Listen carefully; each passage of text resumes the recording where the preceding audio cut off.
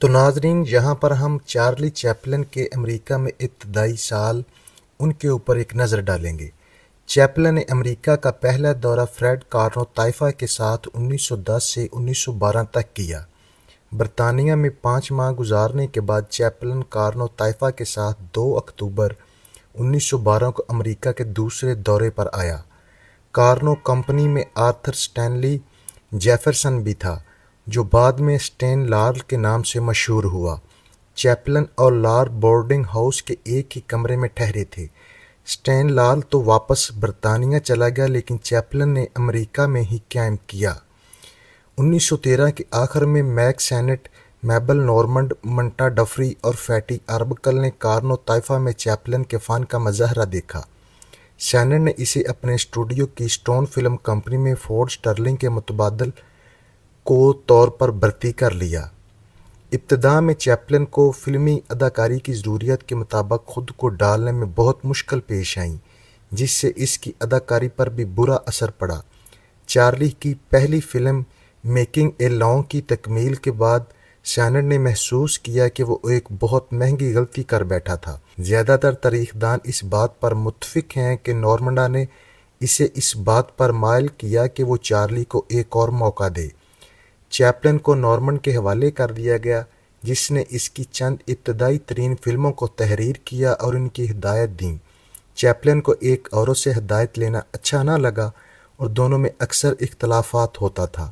آخر کار دونوں نے اپنے اختلافات کو دور کر لیا اور چیپلن کے کی اسٹون چھوڑنے کے بعد بھی دونوں کی دوستی قائم رہی۔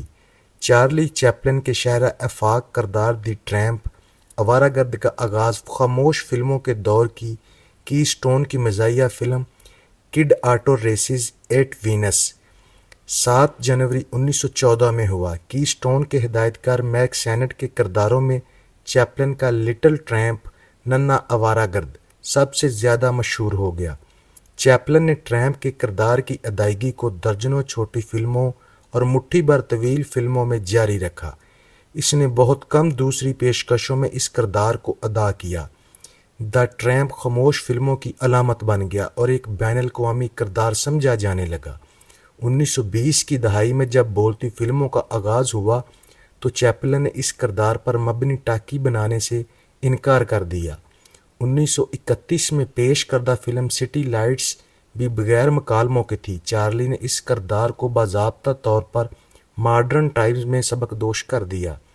یہ فلم 5 فروری 1936 کو جاری ہوئی۔ اس کے آخر میں دی ٹریمپ کو اس کی سبکدوشی کی علامت کے طور پر افق کی جانب ایک لا انتہا سڑک پر چلتے ہوئے دکھایا گیا۔ یہ فلم صرف جزوی طور پر ٹاکی تھی اور اسے اکثر آخری خاموش فلم کہا جاتا ہے۔ اس میں فلم کے آخر تک دی ٹریمپ خاموش رہتا ہے، حتیٰ کہ اس کی آواز فرانسیسی اور اطالوی زبانوں کے ایک بامعنی اختلاط پر مبنی گیت میں سنائی دیتی ہے۔ اس طرح سے ٹریمپ کو آواز بھی مل گئی، لیکن اس کے خاموش فلموں سے تعلق پر حرف بھی نہیں آیا۔ 1915 میں بننے والی 2 فلموں دی ٹریمپ اور دی بینک نے پردہ اسکرین پر ان ٹریمپ کی امتیازی خصوصیات کی تشکیل کی۔ اگرچہ میک سینٹ نے اسے فوری طور پر خبردار نہیں کیا تھا، لیکن چیپلن کو یقین تھا کہ اسے نورمنڈ سے ایک اختلافات کے بعد نوکری سے برطرف کر دیا جائے گا۔